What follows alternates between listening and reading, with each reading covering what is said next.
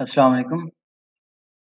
Today we will see the use of supernatural machinery in the play The Tempest, written by William Shakespeare.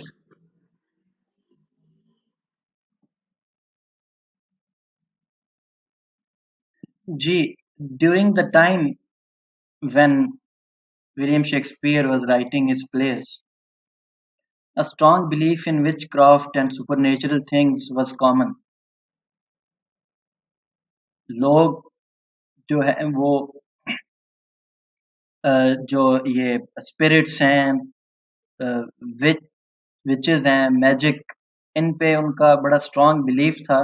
Even वहाँ पे उनके laws थे और लोगों को बाकायदा जो ये एवल काइंड ऑफ ब्लैक मैजिक है उसके यूज की सजा में उनको जो है वो क्रूसीफाई भी कर दिया जाता था या उनको जला दिया जाता था। जैसे कि द प्ले है द क्रूसिबल, आर्थर मिलर का, उसमें इस चीज़ की मुकम्मल एक कम्प्रिहेंसिव पोर्ट्रे किया गया है इस एस्पेक्ट ऑफ सोसाइटी को। तो क्योंकि ये बिलीफ था सुपरनेचुरल मशीनरी में, तो ऑडियंस की एक डिमांड होती थी कि थिएटर पे स्टेज पे अगर कुछ परफॉर्मेंस हो तो वो बड़े शौक से जोक दर जोक थिएटर की तरफ रुख करते थे। तो एक ड्रामाटिस्ट जो है, एक जो प्ले राइट है, उसको इस तरह की चीजें जो हैं वो जो एक कॉमन सोसाइटी का बिलीफ होता है उनके अकॉर्डिंग, उनकी डिमांड्स के मुताबिक उसको चलना पड़ता है। और ये जो यूज ऑफ सुपरनेचुरल मशीनरी है, इसके बगैर एक प्ले जो है वो बहुत कम ही सक्सीड होता था। तो शेक्सपियर को पता था, he was fully aware of this demands. That is why उसके जो मोस्ट ऑफ द प्लेज हैं उनमें इस सुपरनेचुरल मशीनरी स्पिरिट्स का यूज बहुत ज्यादा किया गया है। उसके अदर प्लेस जो हैं, हैमलेट में यूज है सुपरनेचुरल मशीनरी का, मैकबेथ में विचेस हैं। इसी तरह जो बाकी प्लेस हैं, most of his plays are full of this kind of these kind of spirits, supernatural machinery, magic. So इसी तरह जो ये प्ले है द टेम्पेस्ट, इसमें भी काफी ज्यादा यूज किया है शेक्सपियर ने इसका। इवन जो प्ले का जो स्ट्रक्चर है, जो प्लॉट है, वो डेवलप ही with the help of magic होता है। इवन जो टाइटल ऑफ द प्ले है the Tempest, the storm is brought in with the help of magic and other spirits.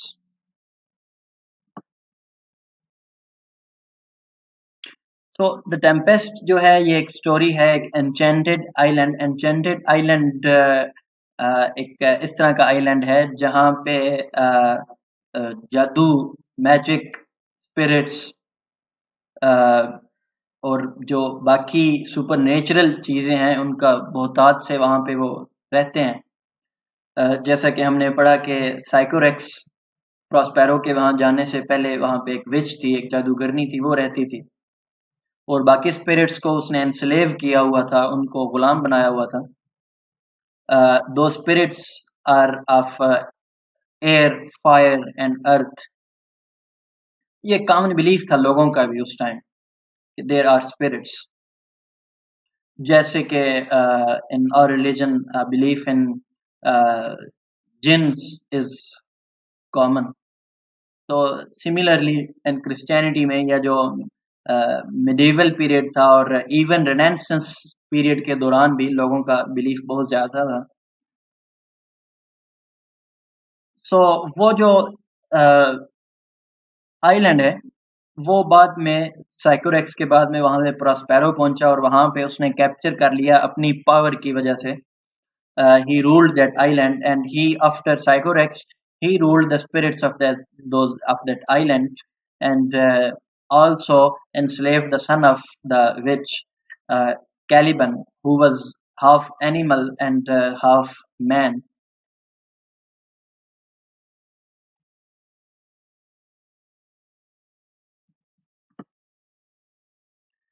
तो अगर हम ओवरऑल देखें प्ले के अंदर टू टाइप्स ऑफ मैजिक है, एक ब्लैक मैजिक है और एक वाइट मैजिक है। ब्लैक मैजिक मैजिक जो है ये वो एवल स्पिरिट को सिग्निफाई करता है, the the the attempt to harm others and to get material gain by the use of black magic and kill people and spread evil। और ये जो एस्पेक्ट है मैजिक का वो रिवील होता है साइकोरेक्स का जो एल्यूजन यूज हुआ है प्ले के अंदर। ये एल्यूजन इस तरह से है कि साइकोरेक्स का पहले जिक्र मौजूद है, she belong to Africa and due to her in the myth, according to myth, Sycorax was a very bad myth, which she harmed people and she was a dangerous kind of creature। तो Africa में किसी मुल्क से ये belong करती थी, वहां से इसको बैनिश कर दिया गया और since then she was living on that island. So जो अदर एस्पेक्ट है मैजिक का विच इज वाइट मैजिक, ये एक क्वेस्ट फॉर नॉलेज है। नॉलेज किस किस्म का? The knowledge to help mankind. और ये एस्पेक्ट प्रॉस्पेरो के थ्रू रिवील हुआ है। रिवील इस तरह से हुआ है कि प्रॉस्पेरो किसी भी अपने मैजिक के थ्रू किसी भी क्रिएचर को, किसी भी लिविंग बीइंग को नुकसान नहीं पहुंचाता।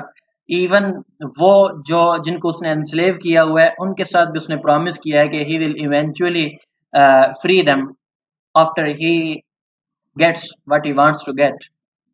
और यहाँ पे हम देखते हैं कि कैलिबन को भी शुरू में ही tried to educate him, he tried to make him a good man, but अपनी सारी जो efforts हैं वो उसकी fail हो गई। At last he uses him to make him bring firewood for his house use. House means the place where he was living, the cave. So ये जो एस्पेक्ट है एज अ होल जब हम प्ले में देखते हैं तो जो वाइट एस्पेक्ट है मैजिक का वो जीत जाता है। It wins over the black side of magic. यहाँ पे सिंबॉलिक रिप्रेजेंटेशन भी है कि जो ब्लैक स्पिरिट्स हैं या जो इवल इंस्टिंक्ट है मैनकाइंड की, वो हार जाती है in the face of goodness, in the face of virtue. जैसे कि एट द एंड हम देखते हैं जो other character of the play हैं जिन्होंने ज्यादती की थी प्रॉस्पेरो के साथ, वो दे रिपेंट, उनको एहसास हो जाता है and they seek pardon from Prospero and Prospero उनको माफ भी कर देता है एट द एंड।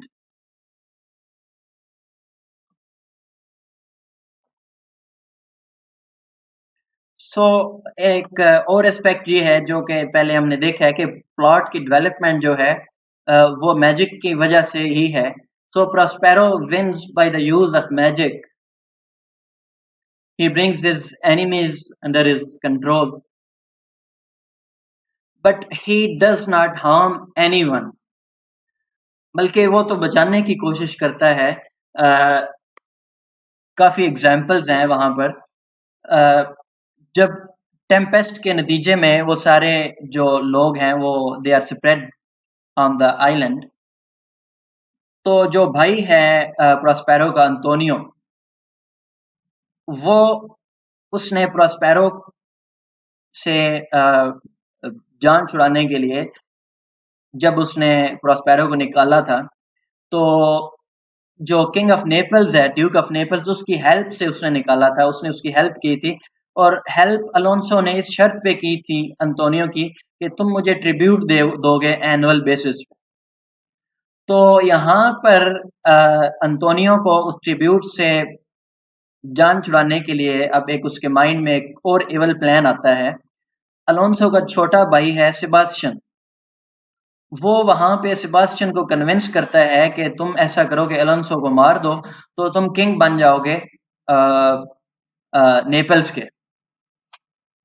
और यहाँ पे वो ये शर्त उसके साथ रखता है कि मैं तुम्हारी हेल्प करूंगा, उसके नतीजे में जो मुझे ट्रिब्यूट देना पड़ेगा वो मैं ट्रिब्यूट नहीं दूंगा। अब ये इस पॉइंट पे अगर वहां पे उसको टेक्स्ट देखा जाए प्ले का, तो यहाँ पे अगर इंटरवीन अपने मैजिक के थ्रू प्रोस्पेरो ना करता तो वो अंतोनियो और सेबास्टियन अपने प्लान में कामयाब हो जाते। होता ऐसे है कि एन उस वक्त पे जब वो तलवार से वार करने ही वाला है अलोंसो पे, तो अलोंसो की आंख खुल जाती है। और वो आंख इस तरह से खुलती है कि एरियल वहां पे मौजूद है, जिसको प्रॉस्पेरो ने भेजा हुआ है, वो जगा देता है, एरियल उसको जगाता है बेसिकली। तो यहां से साबित ये हुआ कि प्रॉस्पेरो ना सिर्फ खुद दूसरों को नुकसान पहुंचाता है, बल्कि दूसरों को भी अपने मैजिक की मदद से रोकता है कि वो इवल से दूर रहें, नुकसान ना पहुंचाएं किसी को। और यहाँ पे प्रॉस्पेरो को ये भी रियलाइज हो गया कि जिस तरह से अंतोनियो ने उसके साथ ज्यादती की थी, वो नहीं चाहता कि सेबास्टियन अलोंसो के साथ इस तरह करे। सो जो पावर ऑफ मैजिक है, प्रॉस्पेरो ने ये गेन की है अपने इंटेलिजेंस के थ्रू और अपनी उन बुक्स के थ्रू जो उसको वहां से आइलैंड से निकलते हुए, मतलब मिलान से जब भगाया था गोंजालो ने उसको, तो उसने उसकी सारी जो उसकी प्रेशियस बुक्स थी, उसकी जो वो सारी हिज क्वेस्ट फॉर नॉलेज जो था, उसको फुलफिल करने के लिए गोंजालो ने उसको बुक्स प्रोवाइड की थी। और पिछले 12 ईयर्स में उसने उन्हीं का मुताला किया है, और तो वहां पे उसको काम है कोई नहीं। तो उसका मैजिक और उसकी जो बुक्स हैं वही चीफ सोर्स ऑफ पावर है through out the course of the story of the play the Tempest. फिर उसकी बुक्स के अलावा एक वांड है, वांड कहते हैं एक जो जादू की छड़ी होती है, उसका जिक्र है एक्ट 1 में थोड़ा सा। तो जो मैजिक वांड है, it also signifies power. Then एक और एस्पेक्ट है यहाँ पे प्रॉस्पेरो के मैजिक का, वो है ही वियर्स अ रोब। रोब एक तरह का एक लिबास है, एक चूहा है, जो कि सिग्निफाई वो भी करता है कि एक पावर को।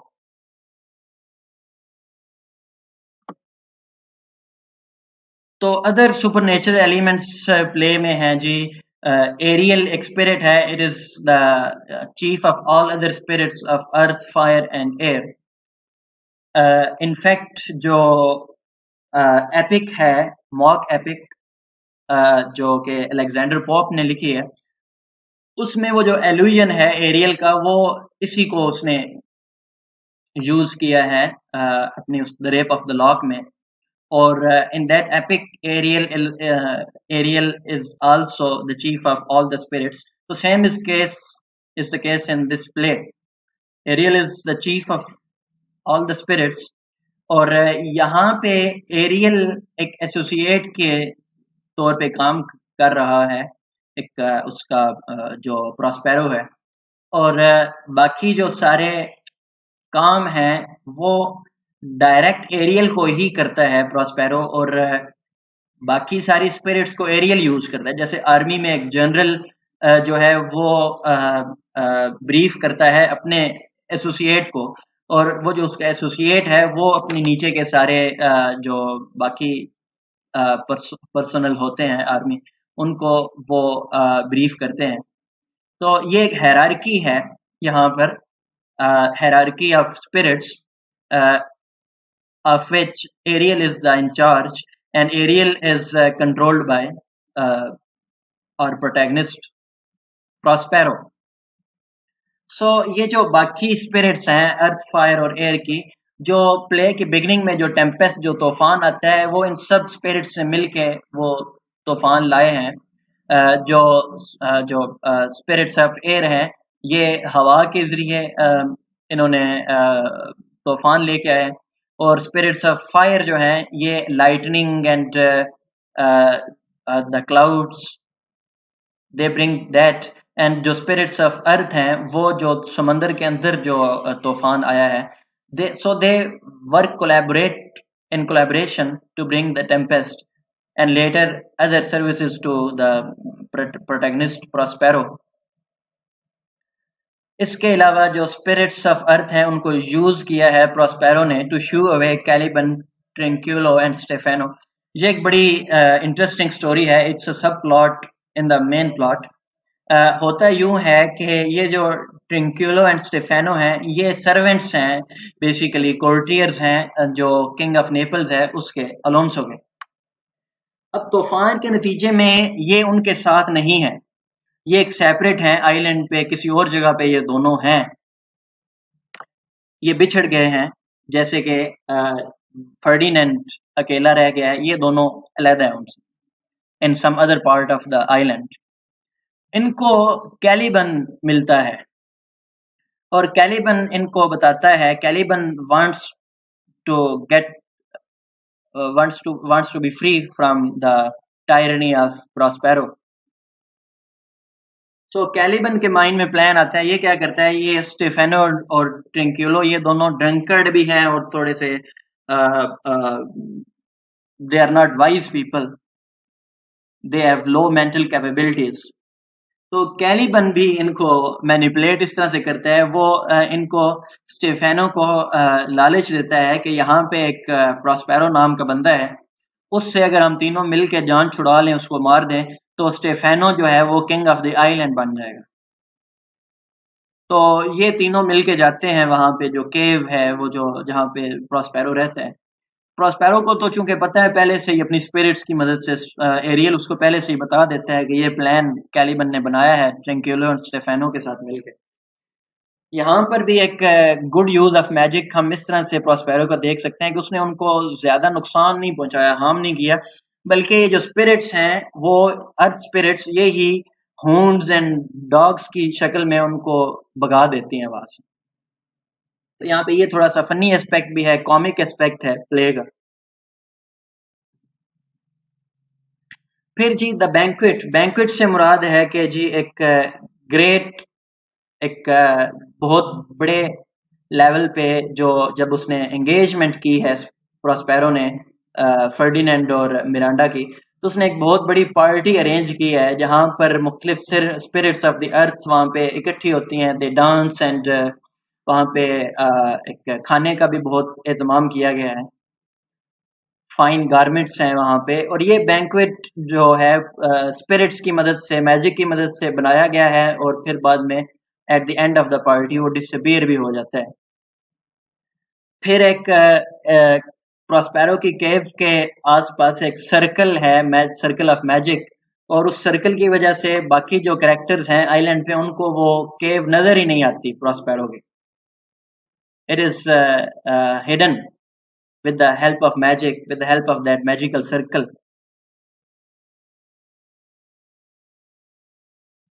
So,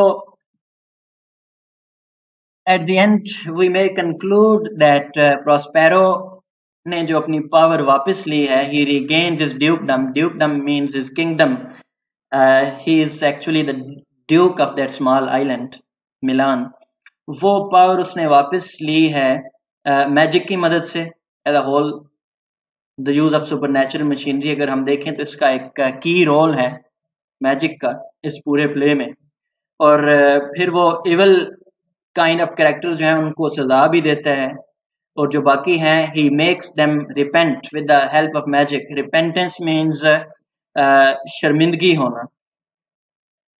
तो at the end of the play जो प्रॉस्पेरो है वो अपनी सारी बुक्स जो है वो फेंक देता है, ही रिजेक्ट्स ऑल द मैजिक, और वापस जाने से पहले वो सारी स्पिरिट्स को आज़ाद कर देता है, जैसे कि उसने उनसे वादा किया हुआ था एरियल से और बाकी स्पिरिट्स से शुरू में, कि वो उनको इवेंचुअली आज़ाद कर देगा। Now all the spirits are free to go, और प्रॉस्पेरो खुद जो है वो अपने लोगों के साथ वापस चला जाता है। यहाँ पे एक और रीज़न भी है उसके ऐसा करने की। वहाँ पर ये एक कंडीशन है अपनी ड्यूकडम वापस लेने के लिए, किंग ऑफ मिलान बनने के लिए, कि उसको वो सारी जो स्पिरिट्स हैं, जो उसका मैजिक है वो छोड़ना पड़ेगा, क्योंकि उस टाइम में ये एक ब्लास्फेमी थी बहुत बड़ी, मैजिशियंस को रिगार्ड नहीं किया जाता था सोसाइटी के अंदर। और फिर एक ये भी वजह थी कि एक गुड किंग जो है उसको अपने आम जो उसके ऑर्डिनरी जो उसके जो सब्जेक्ट्स हैं उनके जैसा ही होना पड़ता है, in order to understand their miseries, their sufferings. King should be like his subjects, That is why he dismisses all the spirits and magic to behave like a common man, like his subjects. So, this was our topic today. Thank you.